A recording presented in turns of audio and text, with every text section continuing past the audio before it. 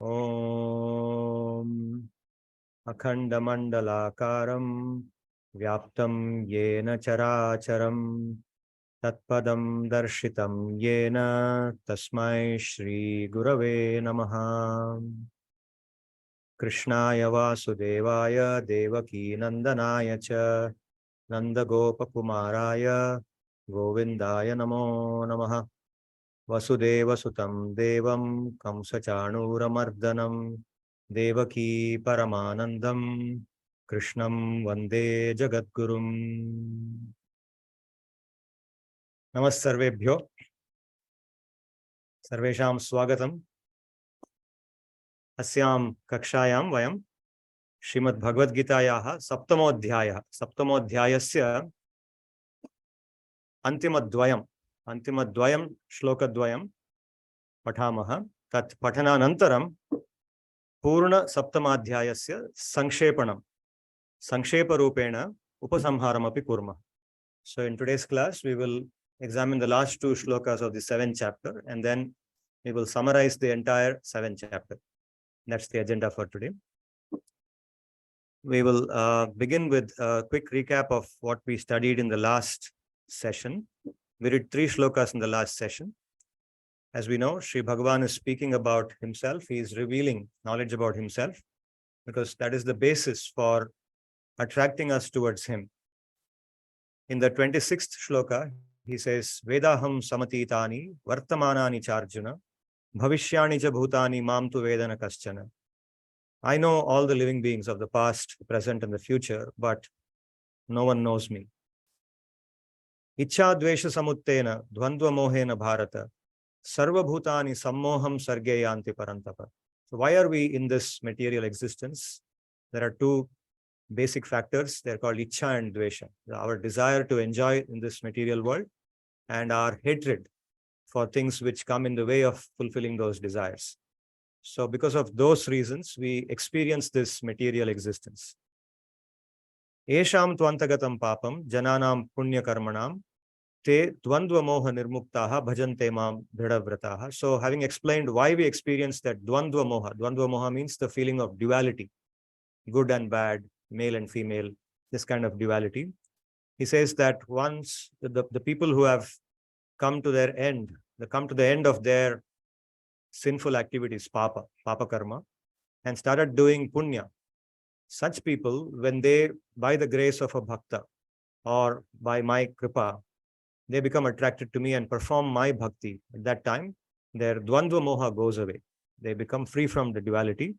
And then bhajante mam dhridavrataha. They worship me with commitment, with firm commitment. I'll also turn on the pointer like you wanted last time. This is where we are right now. So the 29th shloka, Sri Bhagavan says, Jara marana mokshaya mam ashritya yatantiye te brahma tad viduhu kritsnam adhyatmam karma chakhilam. What does he mean? He says Jara marana. Jara means old age. Marana means death. Mokshaya, with the intention or for the purpose of becoming free from old age and death. Mam ashritya yatantihe. Those who take my shelter, mam ashritya, those who take my ashrayanam or ashrayam and practice, yatanti, means they do their spiritual practice. Te brahma, tat viduhu. That Brahman, that supreme Brahman, is also called as tat. They know that Brahman. Because they do this, they know that Brahman. Kritsnam adhyatmam, complete adhyatma. They know that adhyatma also. Karma chakilam. They also comprehensively know. Akilam means comprehensively. They know karma also.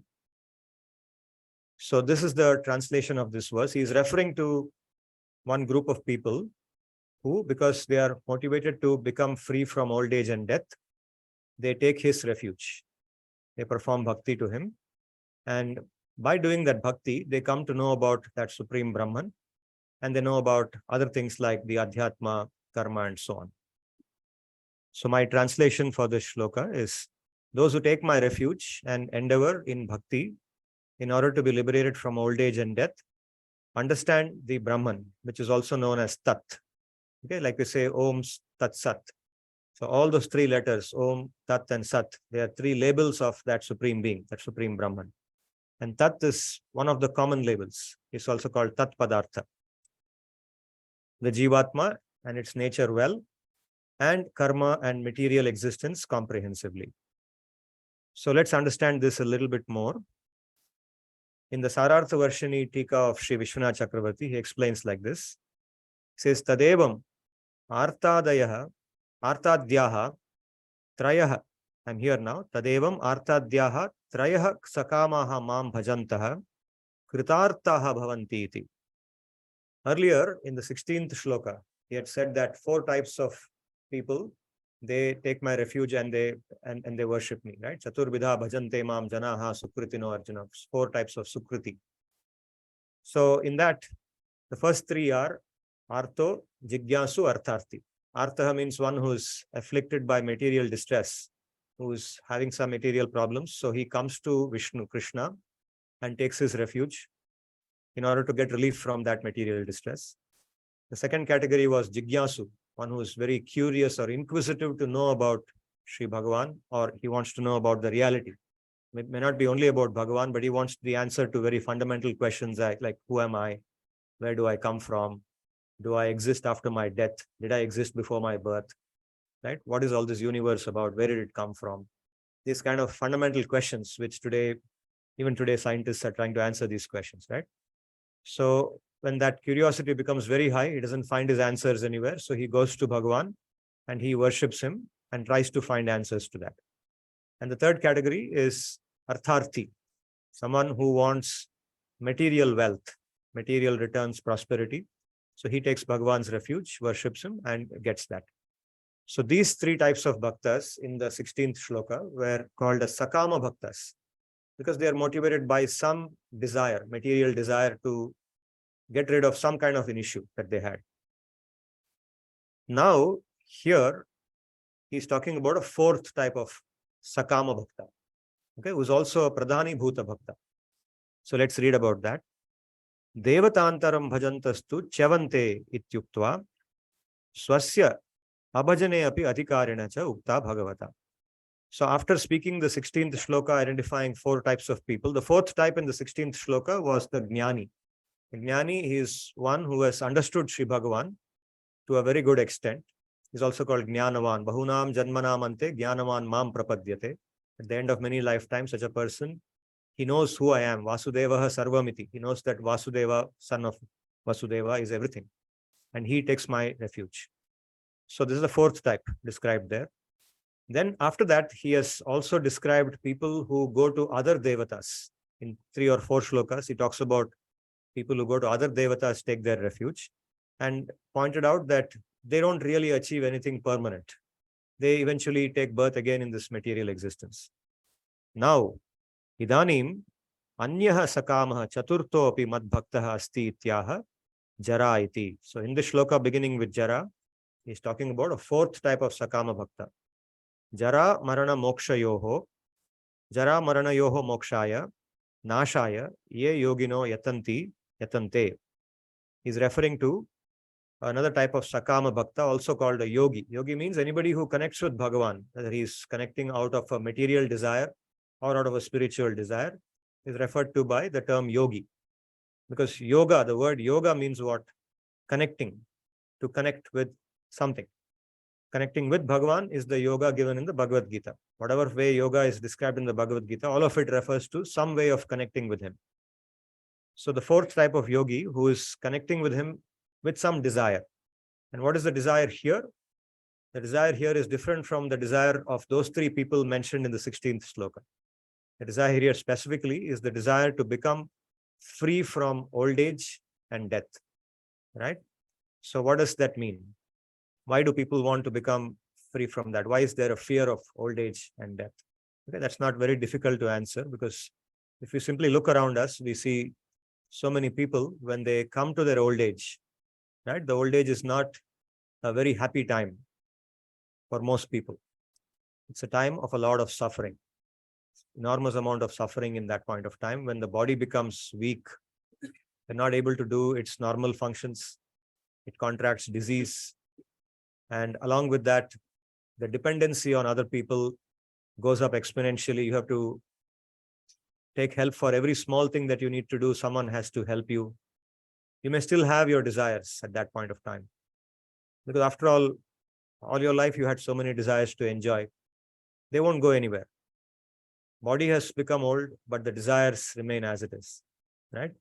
So in a shloka by Shankaracharya in the Bhajagovindam also, he points out, right? He says that when someone becomes old, they lose all the hair on the head, their teeth fall off, they become very old, they have a danda in the hand, everything is gone, but the desires remain as strong as they always were.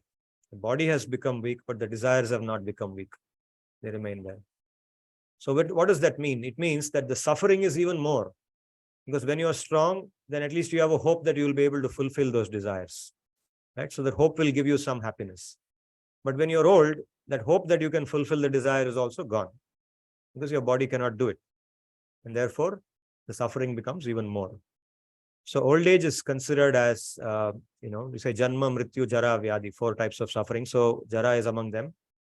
Maranam, of course, the point of death described in the Bhagavatam, how the point of death, when the point of death comes, what happens to a person is, the bile in his body goes up, his breathing becomes very shallow, and he starts recounting all that he did in his life. I did this, I did that. Sometimes he wants to say sorry to what wrongs he has done. He feels guilty. He wants to thank some people for the help that they have given, but he cannot. He's lying on his deathbed. And at that point of time, he sees the people who have come to take him from his body, right?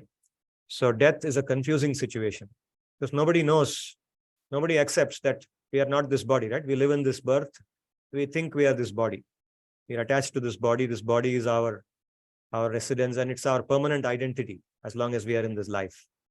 So the point of death is when we are snatched from this body, we're taken out of this body.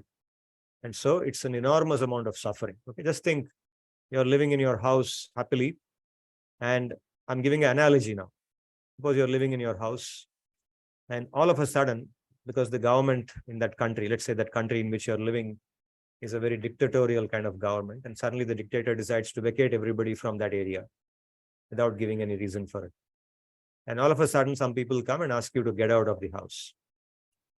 This is what happened when the Muslims invaded India. In some places, this is what they did. They just went there with their soldiers and just vacated people from their houses. Took away some of the women also. Vacated people. Very merciless, right? So if that happens, how much misery is there in that, right? Enormous. So that's exactly what happens at death. This body has become like our permanent abode, but at that point, we are asked to quit this body. So Maranam is a very, very difficult time. So Jara Marana Mokshaya, to become free from these forms of suffering, the person who has developed some knowledge, some spiritual knowledge, knowing that these are not meant to be permanent, knowing that my permanent identity is that of the Jivatma, and I should be Nitya Mukta, I should be liberated. Mukti is my goal in life. So knowing that, he takes shelter of Sri Bhagavan. He comes to the refuge of Bhagavan. He says, I'll perform bhakti to Bhagavan because he can give me mukti. Sri Bhagavan is the source of mukti, and therefore I will go to him. So such people, he's referring to such people here. Te tat prasiddham brahma. They, that Brahma, which is known as Tat prasiddham Brahma means Brahma, which is known as Tat, Tatha kritsnam atmanam. Atmanam means deham.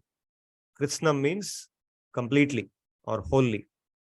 So completely holy. Deham adhikritya bhoktritaya vartamanam adhyatmam. He is explaining what this word adhyatmam means here. Says adhyatmam in Sanskrit is expanded as, Sanskrit words can be explained with the etymology. So etymology of this word is adhyatmam. So atmanam adhikritya vartate. Atmanam adhikritya bhoktritaya vartamanam. That having taken shelter of the Atma. Here, the word Atma, according to Vishwanath Chakravarti, is referring to the body. In Sanskrit, the word Atma can refer to the body, to the mind, to the intelligence, and also to the self, to the Jivatma, to one's own self. All the four, the word atma can be used depending on the context. So he's saying this adhyatmam refers to the jivatma because it's taken shelter of the body, which is also called the atma. Atmanam adhikritya vartate iti adhyatmam. Jivatmanam akhilam.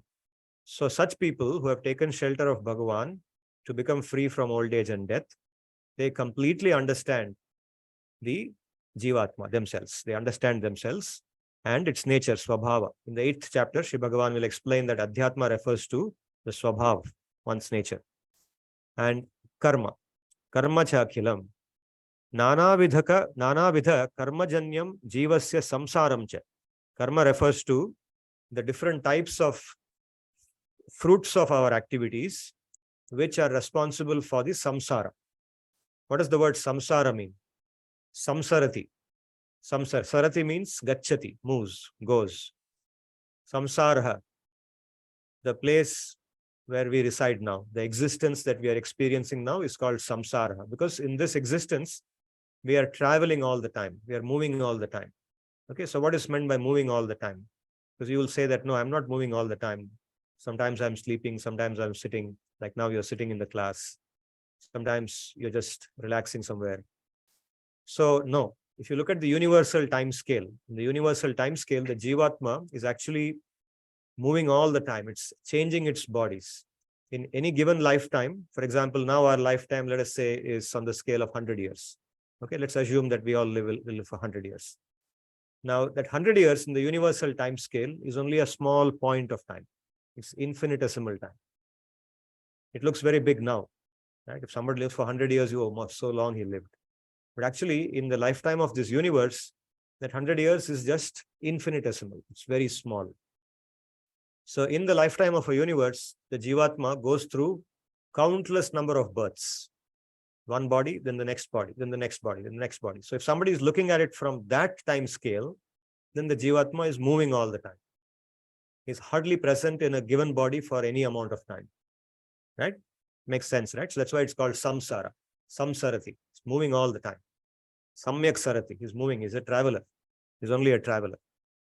So jivasya samsaram, Sri Vishwanath Chakravarti says, this karma, akhilam karma refers to the samsara. Mad bhakti prabhavadeva viduhu jananti. Because of my bhakti, Sri Krishna says that this person, this bhakta who has taken my shelter now, understands all these things because of taking my bhakti. This is the 29th shloka of the 7th chapter. In the 30th shloka, adhibhuta adhidaivam mam adhiyajn chaye viduhu prayana kale picha mam te vidur yukta chetasaha. So he continues to talk about more terms. He's introducing terms now.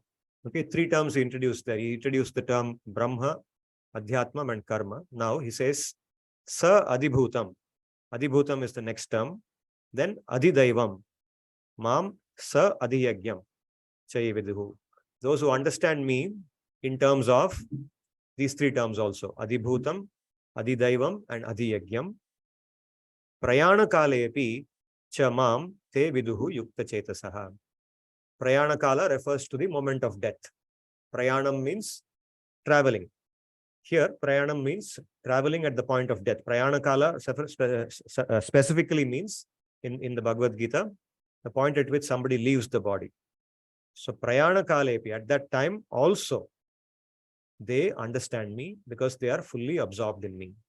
Prayana kale api cha mam te viduhu, they understand me or they know me.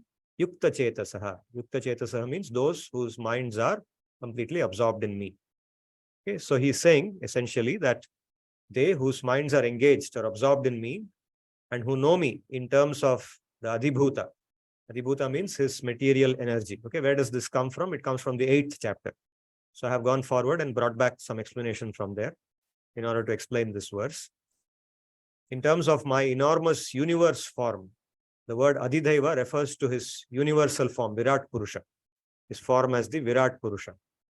And adhiyajna. Adhiyajna refers to himself as the initiator and rewarder of all the worship who resides in the bodies of all the living beings. Sri Bhagavan is living inside each of us as adhiyajna, or also known as Paramatma.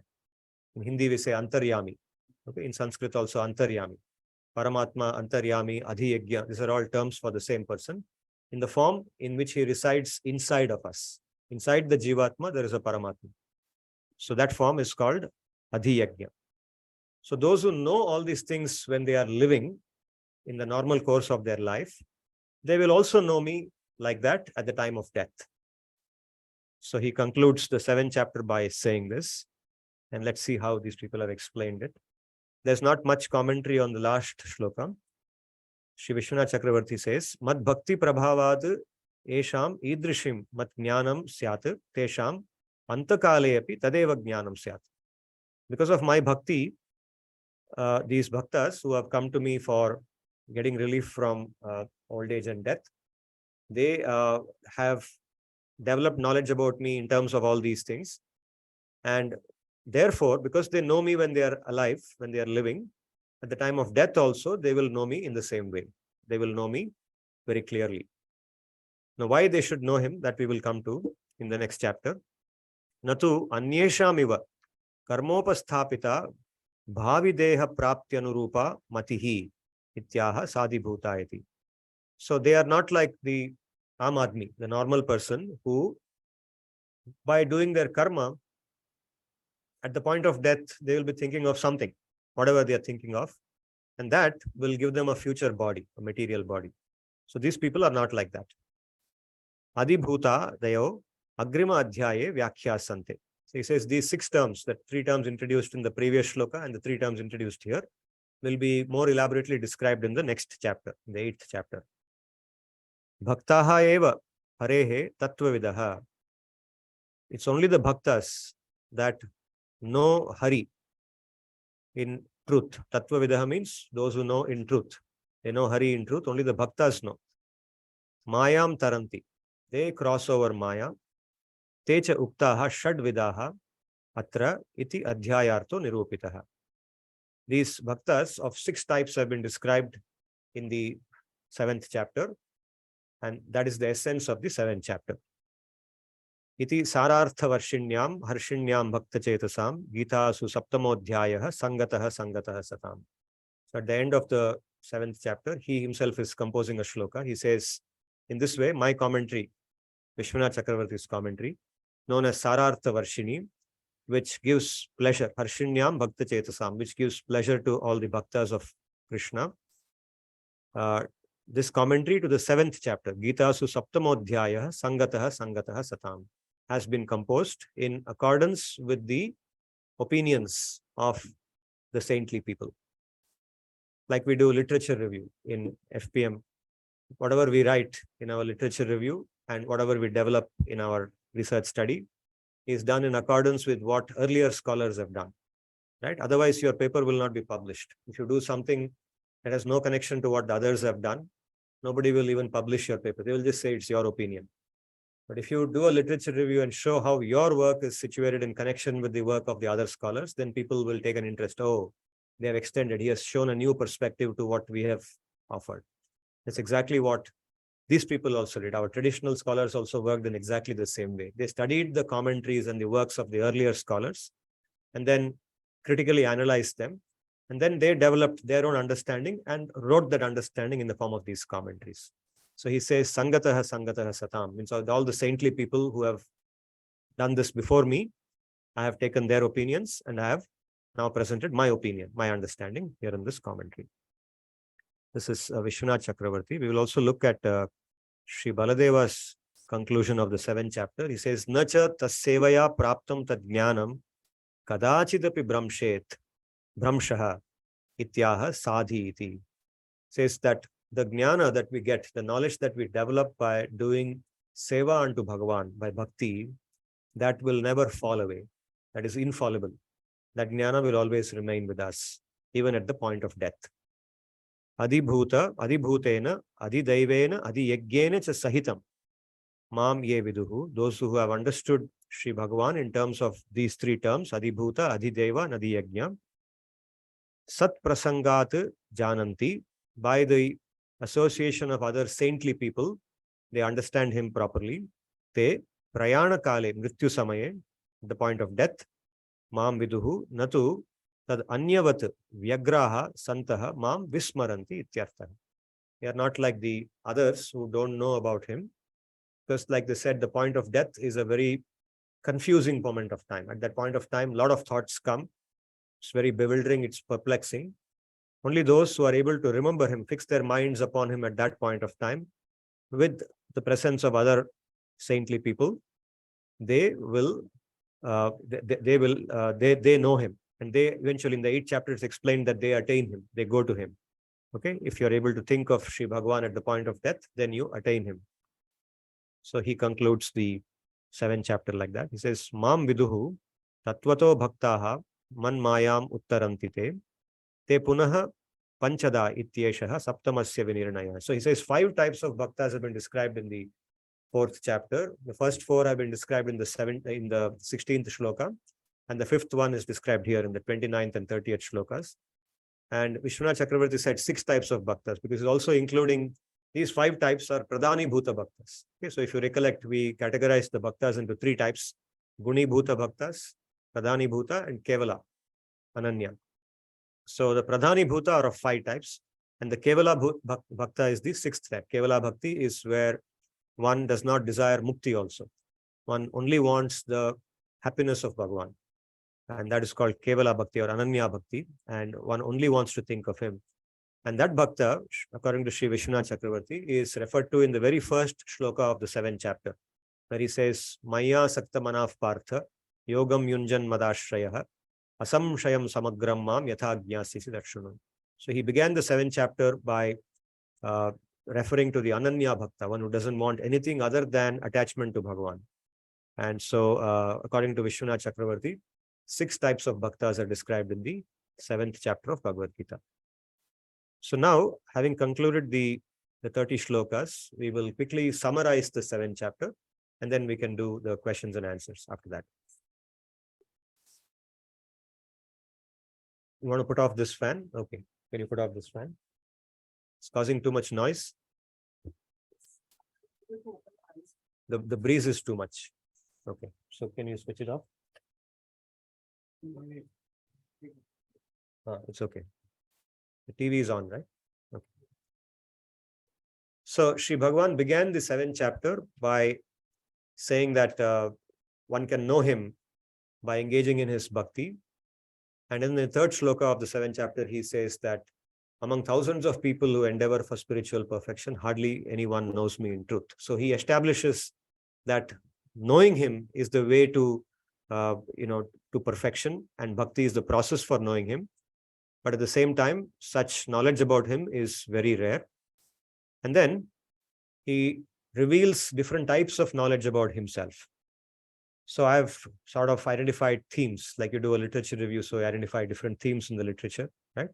So I've identified 9 broad themes, and I will show you that. I've also made a small write-up, and if you want that write-up, I can mail it to you. You can send me an email. I'll send it to you. So he first talks about his Shaktis. Okay, Sri Bhagavan and his Shaktis exist together. Simultaneously, Bhagavan exists and his Shaktis also exist. And among his Shaktis, broadly, there are 2 types of Shaktis. One is called the Apara Prakriti, and the other is called the Para Prakriti. Apara or inferior Prakriti is the material energy, matter.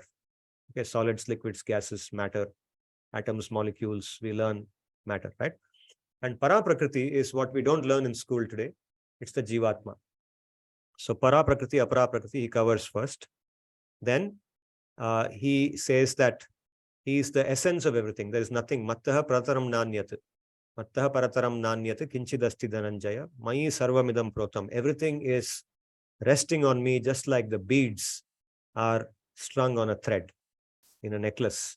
The beads are strung on a thread, just like that. Everything is resting on me. He says, so he's the essence of everything. He says, Punyo gandhaf prithivyam cha tejas chasmi vibhavasav jivanam sarva bhuteshu tapas chasmi tapas vishu. So he takes every item, like for example, the earth. I am the pure smell of the earth. So for everything, the essential distinguishing property of that thing is Sri Bhagavan. He points out. Then he says that my Maya Prakriti, he had referred to that earlier in the same chapter as his Apara Prakriti. Now this Maya Prakriti, this material energy, it operates through its operational mechanism is through its three gunas called sattva, rajas, and tamas. The word guna in Sanskrit also means ropes. So these three gunas, these ropes, are always binding us in different ways. Okay, in the 14th chapter, there's a very elaborate analysis of how these three ropes bind us. But these are mentioned in multiple other chapters, and beginning with the 7th chapter, where he says that this Maya Prakriti made of these three gunas is very difficult to cross. But mameva ye prapadyante maya metam tarantite. Those who take my refuge, they are able to cross this Maya. Then he points out 4 types of people who take his refuge. I was just referring to that. And 4 other types of people who do not take his refuge, in the 15th and 16th shlokas. Then he dwells for 3 shlokas, he devotes to describing that 4th type of bhakta who is a jnani with full knowledge of Sri Bhagavan. He only wants that Bhagavan's association. He doesn't want anything else, and he looks forward to becoming his associate eternally in future. Such a pure jnani bhakta, adhibhuta bhakta, he says, is very, very dear to me. He's just like my own life, my own self. And he says that this status is achieved by someone after several births of endeavoring for perfection. It is not something that happens overnight. Then he contrasts his worship with the worship of other devatas. He says that less intelligent people, he says they are alpa buddhayaha, less intelligent persons, they take shelter of other devatas. But even though they do that, the faith in that devata, the conviction to worship the devata, as well as the fruits of that worship, both are given by me only. I want to make that person happy, so I give that. Okay, selflessly he does that. Then after that he says that why is it that people, even though he is revealing about himself, there is Shastra like this, like Bhagavad-gita, and other Shastra like Bhagavatam and the Puranas. All over the Puranas, the Mahabharata, Ramayana, which are considered the predominant texts of our philosophy, right? The Mahabharata Itihasas, the 2 major Itihasas are Mahabharata, Ramayana. Then the 18 Puranas, and then the Bhagavad-gita, and then the Upanishads. In all of them, the same Sri Bhagavan is repeatedly explained and repeatedly, pointed to and said that take his shelter, go take his refuge. But still people don't do that. Why is it like that? So he's explaining that he's covered by his yoga maya, because people have their own desires. I am covered by yoga maya. They are not able to see me. And these desires and hatred for others who come in the way of that desire causes the duality of samsara, material existence. And if someone has to overcome that duality and come out of samsara, then the only way is to take his refuge. And finally, we saw in the 2 shlokas of today, the 5th type of bhakta who is seeking liberation or mukti from old age and death, jara marana mokshaya, also takes refuge in Sri Bhagavan. And these 2 shlokas in the end of the 7th chapter, these are actually the seeds for the 8th chapter.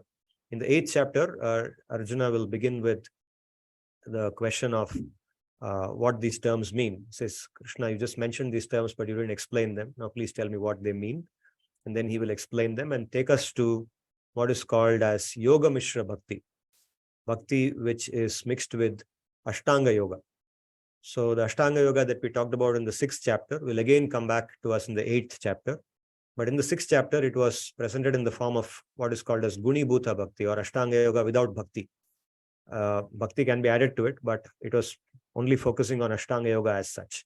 But in the 8th chapter, we'll talk about Ashtanga Yoga in the context of Bhakti. How a person practicing Bhakti takes the support of Ashtanga Yoga in order to conduct the process of Bhakti. Okay. And finally, in the 8th chapter, we'll also learn how knowing him at the point of death, why he is talking about knowing him at the point of death. The significance of that is that whatever we think of at the point of death, we attain that thing in the next life. So he emphasizes it very strongly in the 8th chapter that you should train your mind to think of me always. If you think of me always, then naturally, at the point of death, you will only think of me. You will not think of anything else. And therefore, you will attain me. Okay, so he's giving the method, the methodology. Methodology to attain him is to think of him all the time, smaranam. So this is the conclusion of the 7th chapter. I've identified 9 themes. And like I told you, I've made a short write-up. I'll quickly show you the write-up so that you can see if it is worth sending me an email and trying to get a copy of it.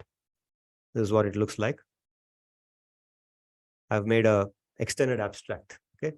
There's no conference, but I've still written it for you. Yeah. So now again, those of you who wish to have a copy of this, just just ping me on email and I will send you a copy of this. The 9 themes which I showed you in the last slide are explained in more elaboration here. And if you read this, you will get a complete overview of the 7th chapter. Of course, if you think that I have missed out anything while writing this, you can always write back to me or call me. Then I will revise this write-up and then I'll send it to you again. Okay. So today we will not discuss anything further here, but if you have any questions, then we can take. Is it okay for you without the fan, those others who are sitting here? Are you comfortable? The ventilation is okay? Okay.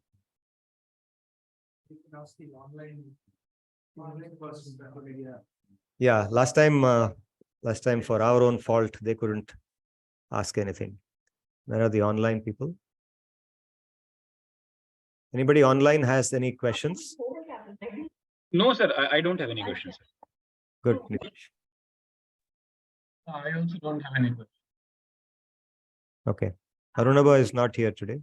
Arunabha is here. Arunabha is here? So yes, I'm here. My name is Biswas. That's showing over here. Yeah, right. At the different device. That's why the name is different. I'm here, sir. Good evening, sir. Good evening. So, do you have any questions? No, sir. Not immediately. Not right now.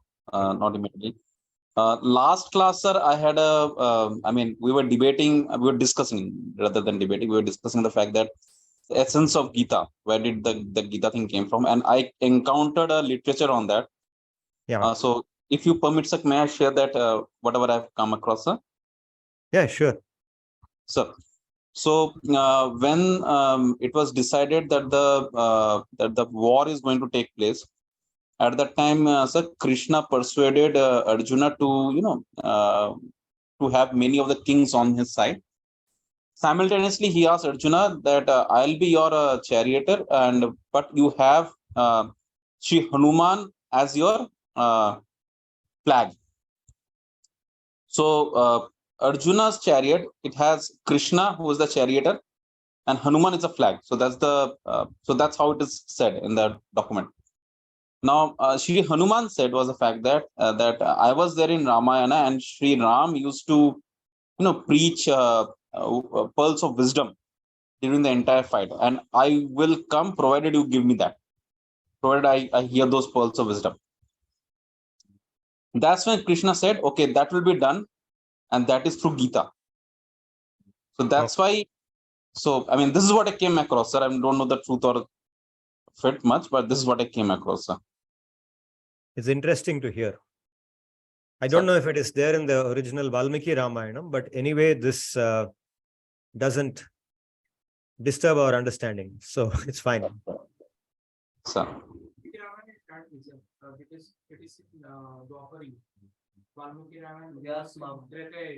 Yeah. Yes. It won't be there in Valmiki Ramayana. It's the interpretation of few of the scholar. Somebody might have, yeah. Correct. I think that is. Yeah. I want to add something to what Arunabha said. Okay. The story about Hanuman being on Arjuna's chariot flag is there in the Vyasa Mahabharata itself. Okay. In fact, the story goes that when Bhima visits Hanuman, when Arjuna goes to visit Indra, upon Vyasa's orders, he goes to acquire some divyastras to learn some divyastras like Pashupatastra and other astras from Indra, Pashupatastra from Shiva. So when Arjuna goes to Swarga, then the other Pandavas and Draupadi, the remaining Pandavas and Draupadi, they go to the Himalayas. And after some point, only Bhimasena is allowed to go further up to the Kinnara loka. The Kinnara loka is the place where Sri Hanumanji resides. And even today he is there. meditating on Rama. And there Bhimasena meets Sri Hanuman. And they have there's another story there, and they have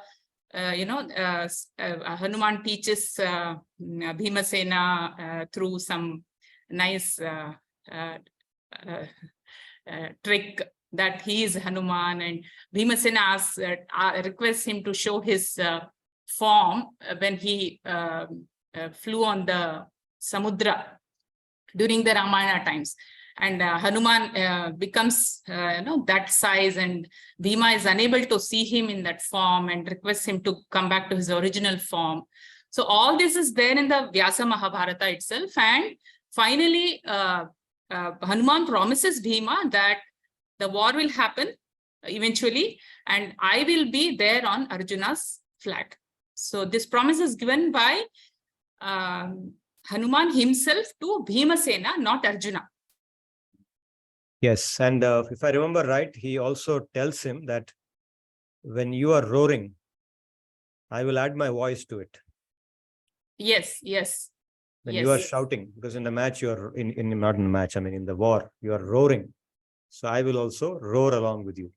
Yes. Yeah. Yeah. I will add to the sound to frighten the warriors on the other side.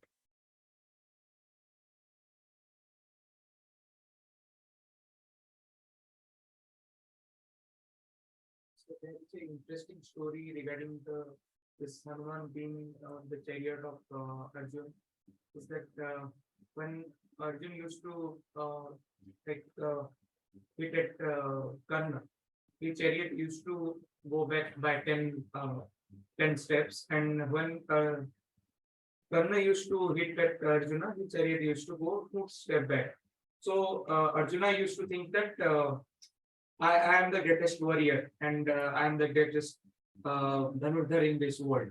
So then Krishna told Arjuna that time that you are a fool right now here, because on your chariot, the Lord of the universe, I am sitting on it. Bhagavan, Hanuman is there on your chariot. Because of that, Still he can push your chariot 2 steps back. So you should not be should not be that much proud or greedy over that thing that you are pushing his chariot 10 steps back. So that's a beautiful story also. So it goes like Krishna praises Karna when the chariot goes 2 steps back, and when Arjuna is pushing Karna's 10 steps back, Krishna is not saying anything. So Arjuna asks, why are you not praising? Karna, so and not me. Nice. Sarthak, yeah. Yes. Sir, you talked about samsara and its meaning, that it is essentially the jivatma which is moving across universal time scale. But sir, isn't samsara used to denote, the world around us? So what is it exactly? Is it the jivatma when we talk about samsara, or is it, the maya or illusion, or what this material? So I was explaining how that word comes. Why is that word samsara used for material existence? It is for this reason that I gave. So essentially it means the material world only, not the jivatma. No, it doesn't mean the jivatma. It refers to the world in which the jivatma is moving. Oh. It refers to actually the jivatma's material existence, our existence. Each of our existence is our samsara. So each person's samsara is distinct. Is distinct. You are Because it's each person is at the center of his samsara. He is the experiencer of that samsara, right? So even though in the physical world, we are all living in the same physical world, but actually we are not experiencing the world in the same manner. We are experiencing the world according to our own karma, our tendencies, our, you can say, mental maps, cognitive frames that we have. Okay, using the language of modern researchers. These are all the languages they use. Right? So the way we experience the world determines our existence in this world. For example, someone living in a particular kind of house may be very happy in that house Another person in the same house may be very dissatisfied with the house. So actually they are living in the same physical house, but actually they are not experiencing the house in the same manner. So in that sense, they are living in two different worlds. Their samsaras are different. Yes.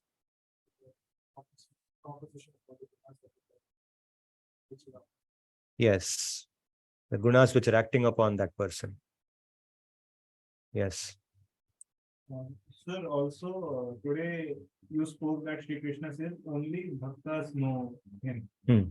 But sir, in the previous class, we talked about that Shri Krishna says, I know everyone, but no one knows me. So sir, how do we reconcile these two facts? Yeah. So even the bhaktas, even the best bhaktas don't know him completely. They know him very well. But knowing him very well does not mean knowing him completely in totality. Right? So no one knows him completely. The bhaktas know him much better than anybody else. Others don't know him at all. Like how many people know, we have been speaking about him in the Bhagavad-gi. How many people in public know? How many of us knew before we read the Gita, all these things? We didn't know, right? At least now we theoretically know. We are reading this, so theoretically we know that Shri Bhagavan has these kind of qualities in him. He has these aspects in him. We know something about him. But those who don't read the Gita or any other Shastra, they don't even know that, right? So that's easy to understand. So among the bhaktas, along with performing bhakti, then you realize actually what these things mean. When we perform bhakti, from inside, he reveals to us what he means by his kindness, what is meant by kindness, what is meant by discipline, what is meant by sacrifice, tyag, what is meant by taking his shelter, what is meant by refuge, the ashraya. Using that word ashraya so frequently, what exactly does it mean? How does he reciprocate with us with bhakti? How does he protect us? So this is experienced by bhakti. So, sir, how would you say bhaktas like say Sri Chaitanya Mahaprabhu? So, would you say that they know Sri Krishna fully, or again there is some knowledge gap? In the case of Mahaprabhu alone, he is not just a bhakta. He is understood to be Krishna himself. But yes, a bhakta in general knows Sri Bhagavan very intimately, very well. But technically speaking, like Sri Bhagavan himself says, no one knows me in truth. Right? In some places he says, Kaschit mam veti tattvata. So there also you can debate on this point that people can know him very well, but there is still something that probably we don't know about him. Like Nobody kills 99.999%. Yeah. Yeah, can we understand it this way? Like he is called Ananta. So because he is Ananta, infinite, there is no method or nothing by which we can know him. Maybe, yeah. That is why he's called Ananta. That's why he's called Ananta, yeah.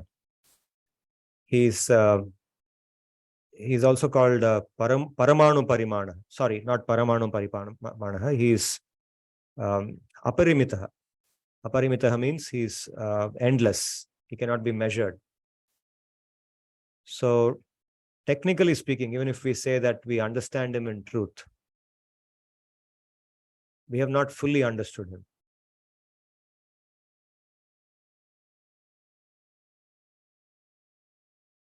So, a bhakta will never claim that. No bhakta, however perfect he is, will claim that I know everything about Bhagavan. There's nothing more to be known.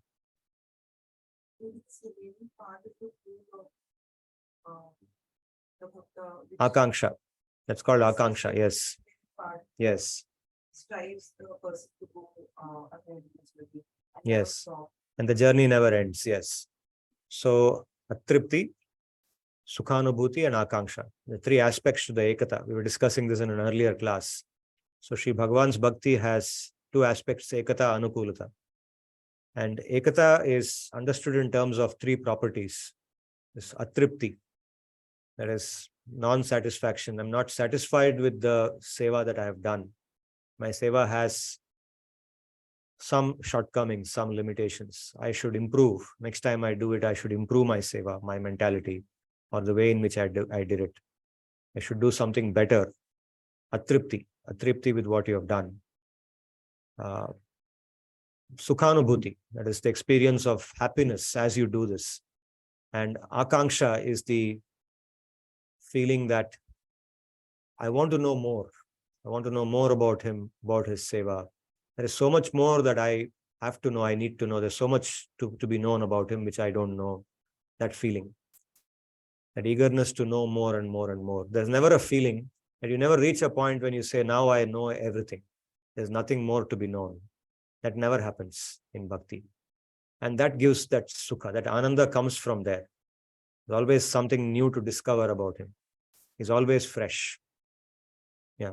But sir, again, I have 2 points there.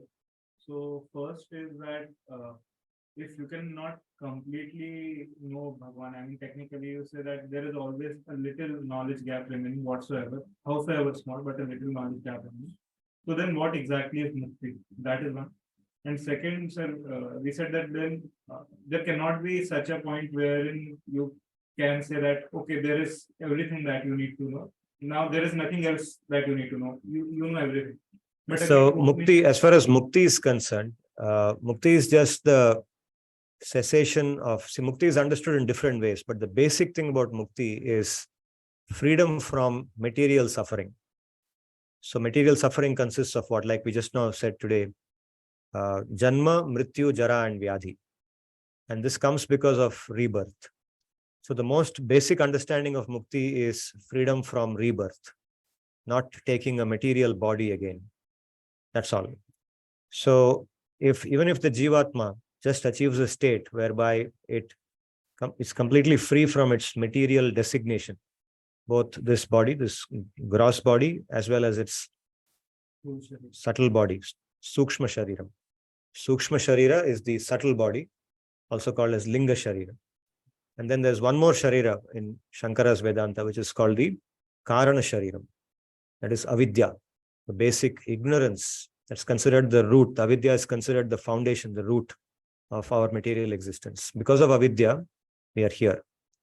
So when the jivatma is free from that avidya, that darkness, he knows that I am a jivatma completely. Okay? That knowledge can be complete, where he completely identifies with his true self as the jivatma, free from matter. That realization is complete in the jivatma. Okay, so that doesn't mean he knows Bhagavan completely. He just knows that he is not this material body. That is the basis for mukti. Doesn't take rebirth again because he is free from desires. Okay, Karma Yoga is meant to take us towards that. Karma Yoga is the starting point. Okay, for those who don't come to bhakti. If you don't take bhakti, the other path is the path of Karma Yoga, where you consciously cultivate detachment from matter. Consciously say, I am not this body, so I will not perform my work with the desire to enjoy the fruits. I will practice detachment from the fruits, anasakti. Okay? So anasakti means saying that I will do my duty for the sake of doing my duty. That is the basis of Karma Yoga. Thinking about Karma Yoga is there. And then that leads to, that becomes the basis for developing this jnana, that I'm not this body. When one is mature in this process, then one can also give up. Bhagavad-gita also mentions that one becomes qualified to give up one's duty. So we saw all this in the first 6 chapters, where the discussion is about when can one give up one's duty and so on. So mukti is basically freeing oneself from the misconception of being the body and becoming free from all the 3 bodies. The stula shariram, the sukshma shariram and the karana shariram. All 3 of them. That is mukti. So saying that I have a complete knowledge of myself being the jivatma, but I might not know completely About Bhagavan, yes. So does that stand true even in the Advaita philosophy, or it cannot stand true there? If you know yourself, you know Sri Bhagavan everything. In Advaita Vedanta, bhakti is only seen, in my understanding, bhakti is only seen as a means to get mukti. and nothing more than that. So the way they understand bhakti is not exactly the same way in which I am talking about bhakti. Yeah, you had a question?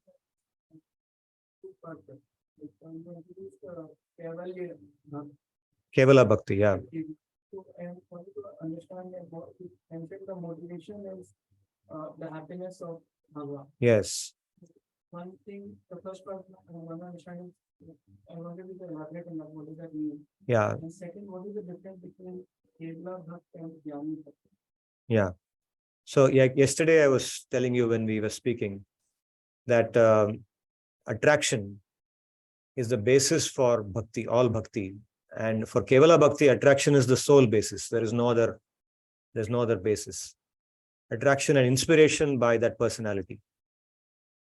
So when we see that there is some celebrity, okay, I gave the example to this question of how in this material world we become attracted to other people whom we consider as celebrities or as role models, right? We say that we use the word model, right?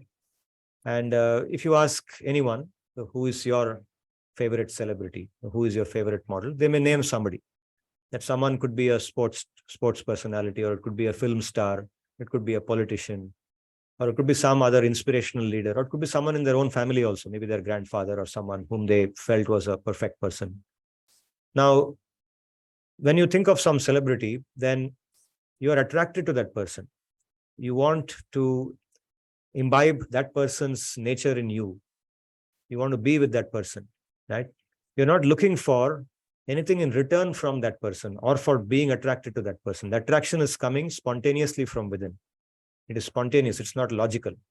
It's not based on the thinking of what will I get by going to him. You're not thinking like that. You may think like that when you go to somebody else. But when you go to your chosen person, your attracted person, the person to whom you're attracted, you're only thinking, I just want to be with that person. I want to take a selfie with that person. I just want to be with him for a few minutes. Then whole life you will talk about it. I was with them. So you will see sometimes you go to somebody's house, you will see the photo of him standing with Sachin Tendulkar. So ask him, how come? No, I happened to go to that match and he was just passing by. I asked him for a selfie. So they spent 2 seconds with him and took a selfie. And that 2 seconds time resulted in a photograph which is now on their wall for the whole life.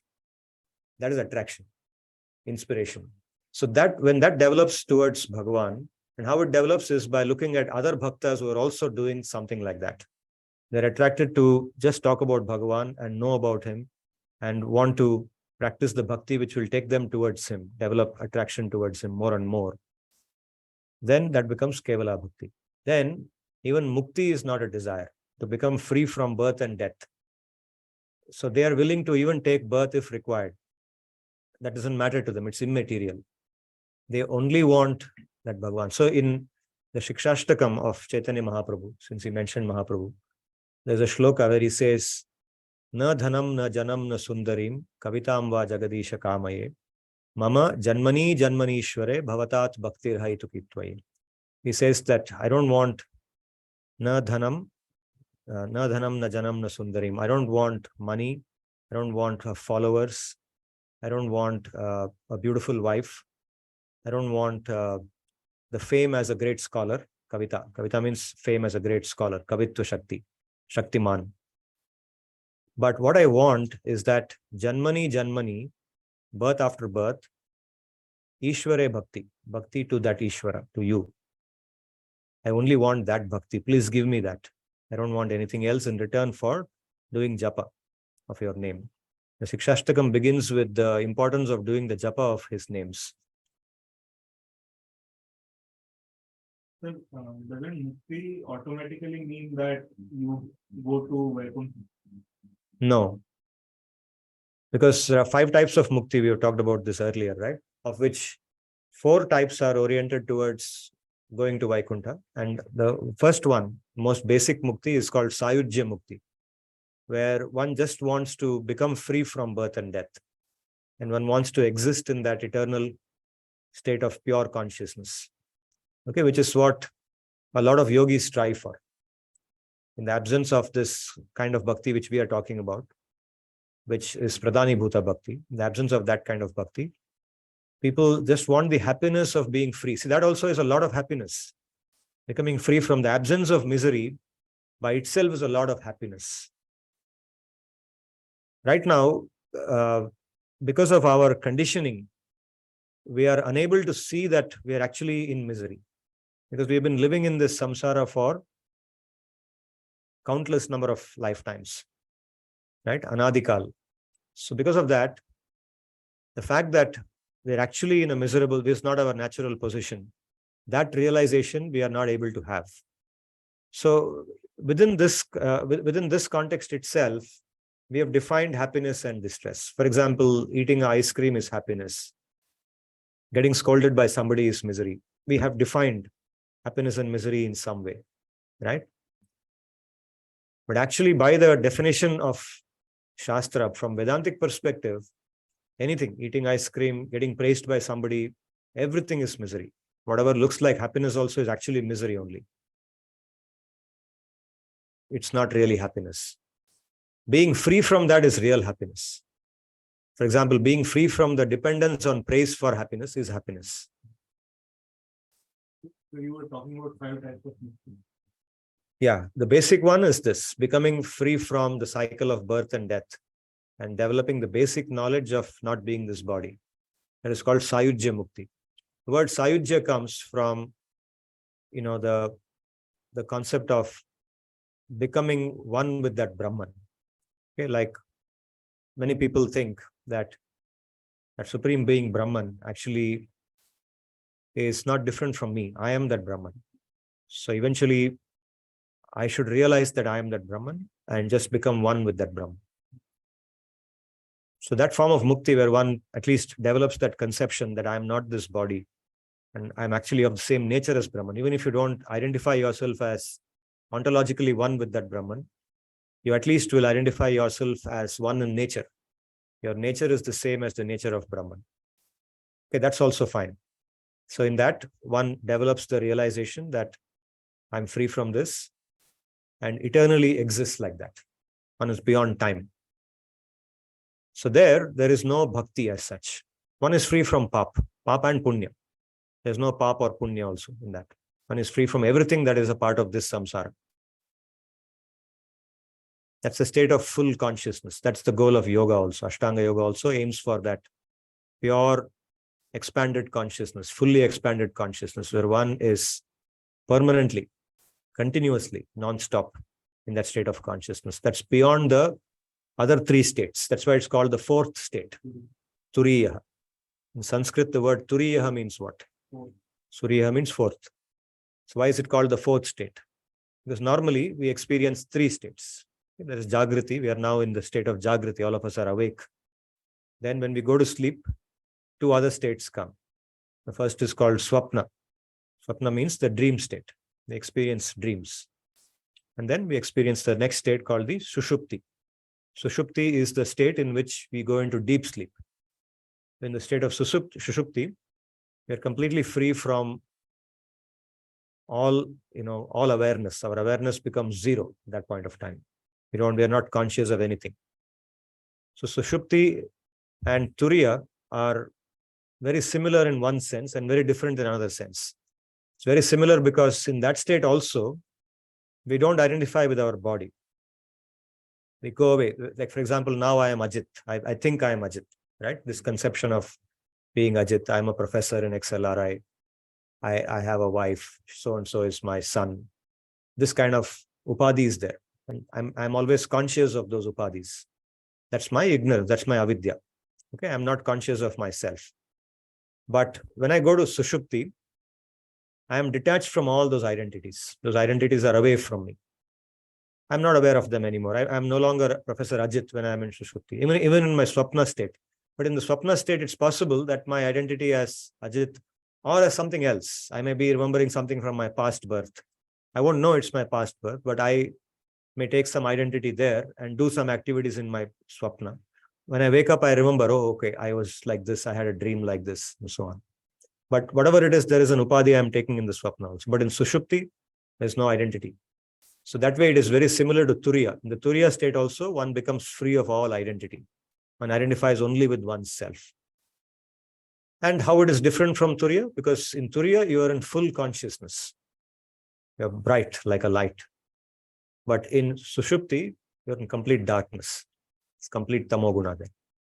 You're not conscious of anything. So when the doctor performs an operation, surgery on the body, he sends you into Sushupti so that he can do the operation peacefully, right? Because if you're conscious of what he's doing, then you won't let him do the operation, right? So anesthesia is given to introduce that tamoguna into you, go into complete Sushupti at that time. So the other 4 types of mukti talk about Vaikuntha. The other 4 types of mukti are about Vaikuntha, where you talk about Samipya. Samipya is the aspect of being in the Samip of Bhagavan. Unke Samip mein rehna, want to be close to him. Then Sarupya, there the aim is to have a form like him. Okay, Salokya. Salokya means to be in the same abode where he is residing. Okay, so in this abode he is there, so I want to be in the same abode as him. And then Sarshti. Sarshti means have the same Aishwarya like him. In Vaikuntha with Aishwaryamaya Jnana, that kind of identity. Okay, so people aim for different types of mukti because there are so many different orientations even in bhakti. So depending on the orientation, when they get their eventual mukti, they will get one of these 4 types of mukti in Vaikuntha.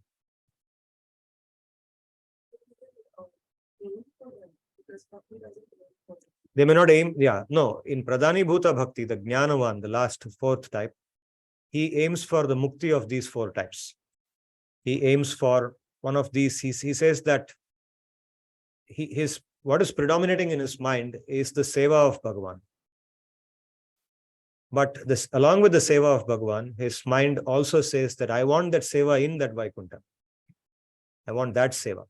I don't want to be here in this samsara. I don't want to take birth again from another mother. I don't want to have another set of parents, family. I don't want anything because this is suffering. I just want that. So that desire is present and it's dominated by the desire for his eternal seva.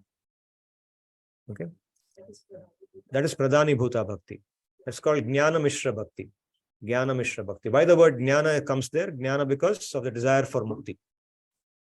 The word Jnana is associated with the desire for mukti. When we say Jnana Yoga, for example, what is Jnana Yoga?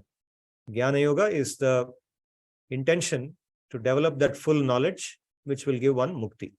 So Jnana and mukti are used like correlates. They are used together. That Vaikuntha is a place and I want to be there. Yes. In Kevala Bhakti, there is no such. In Kevala Bhakti, that Jnana will come as a byproduct. In Kevala Bhakti also Jnana, knowledge, pure knowledge comes and mukti also comes.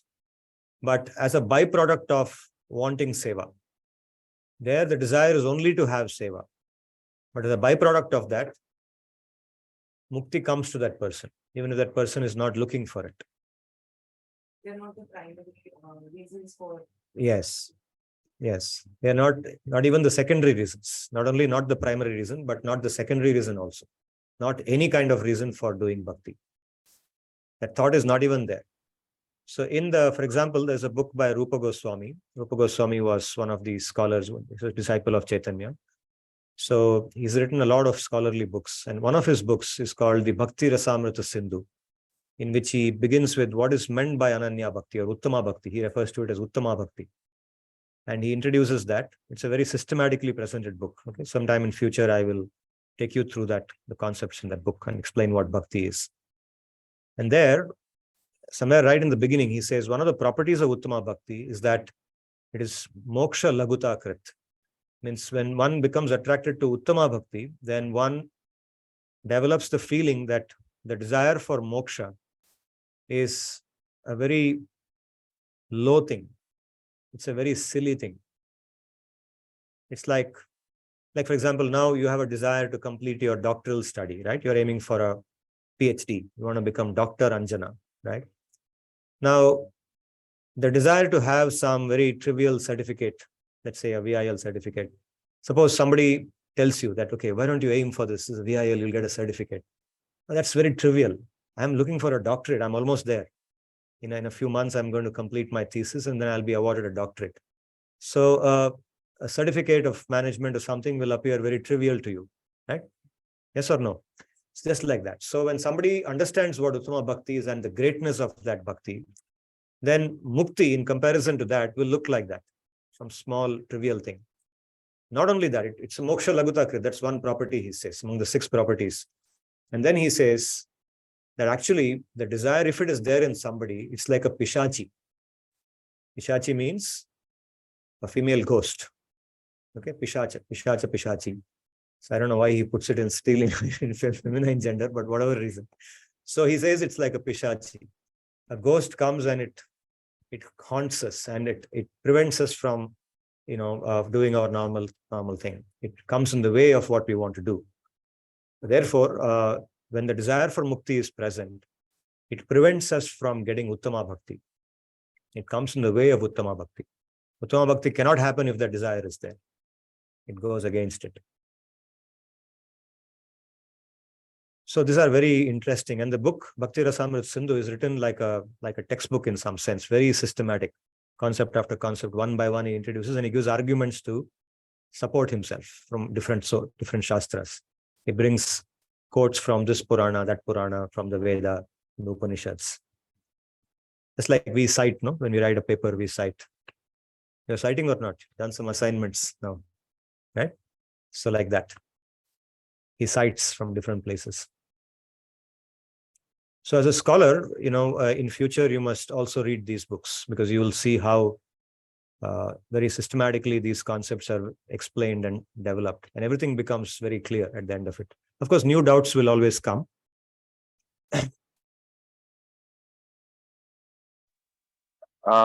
One quick question. Arjuna, yes. Like previously we discussed on this, that the importance of being nirguna when I'm trying to serve Krishna. And I feel one of the things you just mentioned a few minutes back was the willingness to have an Aishwarya-based abode in Vaikuntha.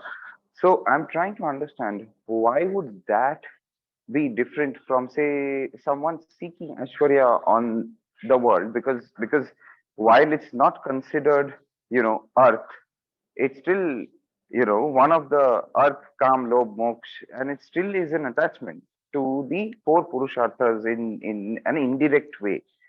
Or so I'm just trying to understand how is it seen differently? Shouldn't my goal be just to serve Krishna and not for a specific, not have a specific version of it? Does that make sense?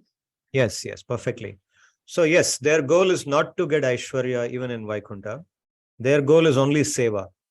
But depending on the orientation with which they did seva, when they were doing seva on earth or when they were in this birth, okay, before they got that mukti, depending on that orientation, Sri Bhagavan rewards them with that kind of mukti. That's his choice. He gives them that mukti. They are not desiring for it. They are only oriented in a particular way, because all of us have different orientations when we do seva. You see here also, when people are worshipping Vishnu in different forms. If you go to Tirupati, for example, see the Aishwarya with which they worship Vishnu. Very opulent, right? Enormous amount of gold, enormous amount of, different types of vahana. Means if you go to the Brahmotsava in Tirupati, have you heard of the Brahmotsava in Tirupati? Such a famous festival there. So they celebrate and they worship him, worship Vishnu with a lot of grandeur and opulence. So their orientation towards seva is of one type. Now, if you go to Vrindavan, okay, if you go to Vrindavan and see how, say, in some temple in Vrindavan, like the Radha Damodar temple or the Govindji temple, how he is worshipped, it's much, much simpler. You will not see them worshipping him with so much grandeur, but the seva mentality is the same or of a different flavor. They also are doing seva, but seva in a different flavor. They think of Vrindavan, they think of Krishna as the cowherd boy in Vrindavan playing with the cows, doing seva in different ways. They want to do seva to him in that way. So in summary, the answer to your question is that different bhaktas do seva with different types of orientations. Even though they are all doing seva, they only want the pleasure of Bhagavan and the eternal association of Bhagavan. Their orientations being different, he rewards them with different types of mukti. So therefore, when they ultimately attain some mukti, like say the mukti of Sarshti, the grandeur, Aishwarya in Vaikuntha, it's not the same as somebody who seeks Aishwarya on this planet. Not the Artharthi, or not the Kami, the Sakama Karmi. Did you understand? Got it. Got it. Perfect. Thank you.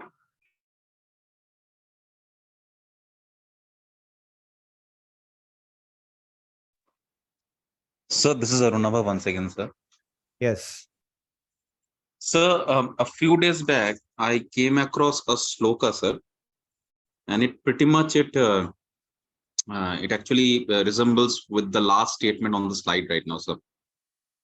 Yeah. So says, I don't know the exact meaning of it, but what I know about it, I'll just tell you, sir. It says, how should death be? The death of a person. So when death is coming, that's when this sloka is for, sir. It says, anayasena maranam vina dainandinya jivanam. So it says something like this. So death should come suddenly. I mean, someone should not, wait for his death or something like that. Actually, that's what I know about the translation. I don't know Sanskrit much, sir, but that's what I know. And sir, bina dainandinya jivanam means we should not be dependent on someone at the time of death. Like dragging along, being dependent on multiple people and, those kind of things should not be happening. And then, sir, they says, Dehi me kripa shambho tatvi bhaktim achalachanam. So probably it says the same thing, sir, that may at the time of death, I may remember you. I might remember you. So he talks about his bhakti towards God, towards Krishna. Right, sir? So this is one sloka I got a few days back, sir, about death, sir. Yeah. And is it a part of Gita or is it from some other place, sir? No, it is not in the Gita, but yes, it has a similar connotation to some of the ideas that we are discussing. Especially the idea we discussed today, when someone approaches Sri Bhagavan out of fear of old age and death. They want to have a death which is smooth. Yes. So then about this bhakti and, the idea of mukti and all those things, sir, I mean, given that I have a child right now, to go along that path would be leaving my child fatherless. So probably, it's a bit delayed in the game right now. So ideally I should have gone that way, but given the fact that I have a child, I have a wife whom I'm taking care of, I don't know how to balance these two aspects, sir. Can you just guide me on that, sir? There's nothing to balance, because bhakti is, something that is part of the way we live our life. So this is a very common question. Don't worry about my smiling. It's a very common question that people ask, that how can I give up my life, my wife, my family and everything? You don't have to give up anything. Instead, you have to bring Krishna into your life. You have to add Krishna to what you already have. That's all. And if something has to leave because of that, it will happen naturally. But don't worry, it will not be your wife or your child. If something has to leave, then it will be some of the bad things. If there are any bad things in your life, they will go away.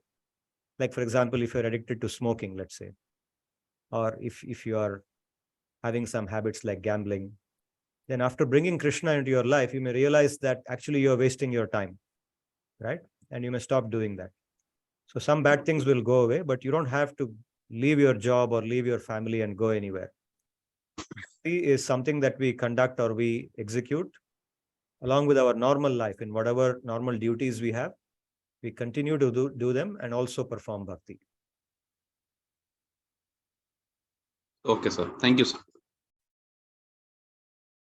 Bhakti is about sadachar, conducting ourselves in a manner that is pleasing to Sri Bhagavan. That when he sees it, When he sees the way we behave, we should always assume that he is watching what we are doing, because he is present everywhere, right? His eyes are everywhere. So if he sees what we are doing, even if nobody else can see what we are doing, he is always seeing. So he should feel good about what we are doing. He should never feel pained. उनको कभी बुरा ना लगे, उनको अच्छा ही लगे. That thinking is bhakti. So if that thinking is present, then automatically it will shape the way we do our things. It will not prevent us from doing what we are doing. It will only make us do things in the proper way. Then it becomes bhakti. And this mentality develops when we do Shravanam, Kirtanam, Smaranam, etc. That's why they are called the Angas of Bhakti. They are the sadhana for Bhakti. Just like a sports person. He has, what is the sadhana of a sports person? The sadhana involves going to the gym, right? Doing different types of workouts in the gym, or doing different types of drills and practices which are pertaining to the sport that that person is playing. So in Bhakti, if you compare Bhakti to a sport, using the analogy of a sport, the sadhana of Bhakti involves things like doing japa of his name, or doing kirtan, or doing shastra adhyayan like we're doing now, Bhagavad-gita. Okay, so the sadhana that we are doing basically involves shastra adhyayan, shastra shravanam. We are hearing the shastra, discussing the meanings of the shastra. We are doing swadhyay. All this is part of bhakti. And this helps us to develop the mentality which I was talking about. The mentality that we should do, or we should live our life in a way that is pleasing to him. So bhakti is actually as simple as that. So we In should fact, in one of our earlier chapters, just to add, we discussed the piece that being a sannyasi is not just leaving the samsara and going, say, to a mountaintop. And one of the previous, like one of the discussions from the Mahabharata was also the same, where Krishna actually talks about this, that Pandu in his ways could have actually integrated, and him staying back because of the level of dharma he knows of, he staying back instead of feeling bad and taking sannyas might have been better, and would have saved the Kuru dynasty in a smarter way, because nobody understood dharma as well as he did, and if he would have stayed back, then Dhritarashtra also wouldn't have had his eyes on the throne. So all of that started because he wanted sannyasa and felt that it's best for him to go for the sannyasa. So it's about incorporating the thinking. And in one of our earlier chapters also, we had a discussion where we spoke about karma sannyasi. It's about, say, having that mindset, incorporating that thought process in our day-to-day life, and showing that, and also leading by example in certain cases, that we can think that way, not be bound by vices, even though we are bound by the samsara. So, correct me if I'm wrong, but we had that discussion at some point. So in case I'm interpreting it wrongly. No, I think yeah, we discussed things like that earlier. Yes, you're right. You're right. So, sir, on a practical basis, sir, I mean, then whenever we do things, right? Whenever we do things, then should we always ask? Should we always think that the action that I'm going to do, is it going to be pleasant for the, pleasant to God, or unpleasant to God, something like that? Yeah, is it sadachar, or am I doing something which will displease him? For example, if I'm trying to be duplicitous in my dealings with the people with whom I'm working. So there are situations sometimes in life when we have to do that, but they are rare. In most of the time, most situations, we don't have to be duplicitous. We can be straightforward. We can keep things very simple. Most often, we have a tendency to complicate matters. I see that all the time. I mean, when I'm working also, the people with whom I work, I'm not blaming anyone, but I'm saying very often I see when I interact with students or fellow faculty members, and even with myself, I am also guilty of the same kind of defect, that I tend to complicate something which need not be complicated. I make it more complicated. And because of it, sometimes I have to take a much longer route, a much more circuitous route towards doing the same thing. If I had kept it much simpler, then that would be more of sadachar than what I'm doing. So simplicity, sadachar is very pleasing to Bhagavan. I gave just one aspect of sadachar, but like this, being honest,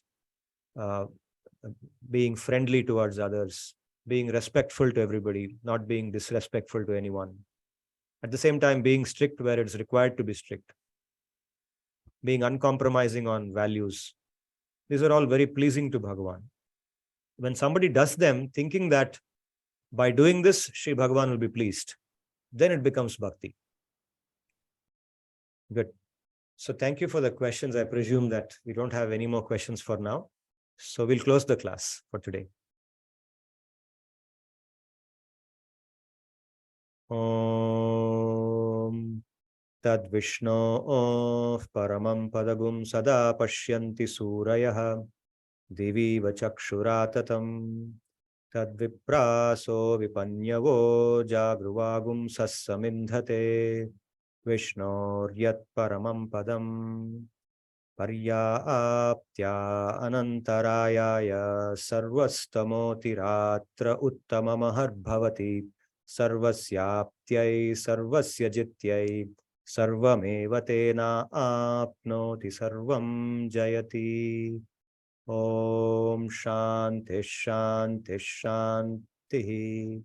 Hari Om Tat Sat.